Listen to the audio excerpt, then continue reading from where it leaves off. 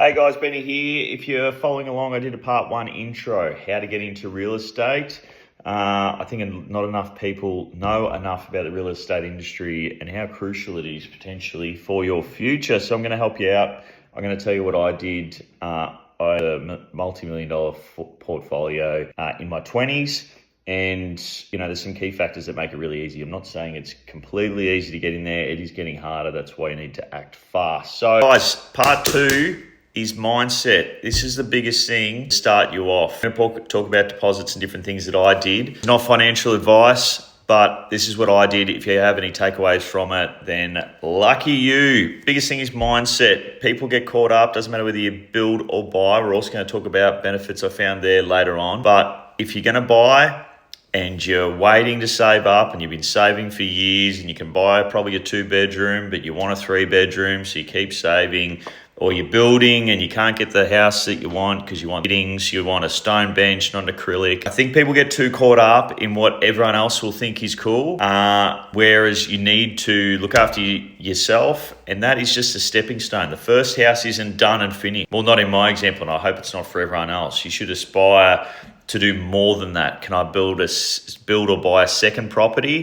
Is this a stepping stone so I can get my dream family home after this?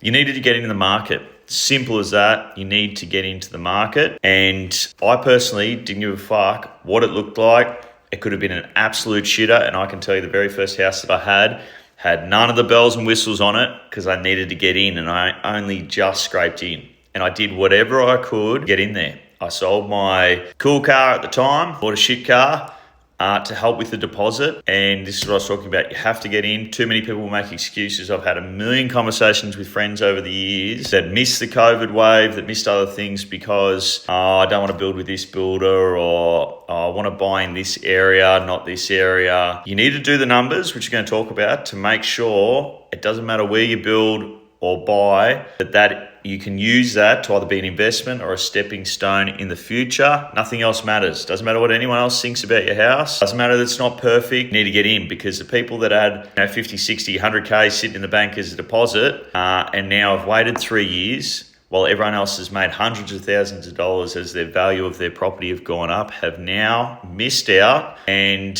it's all because potentially you're scared to jump into the market, which is fair enough, but that's about educating yourself. And 2, because you're worried about what people think, or you want the perfect house straight off the bat.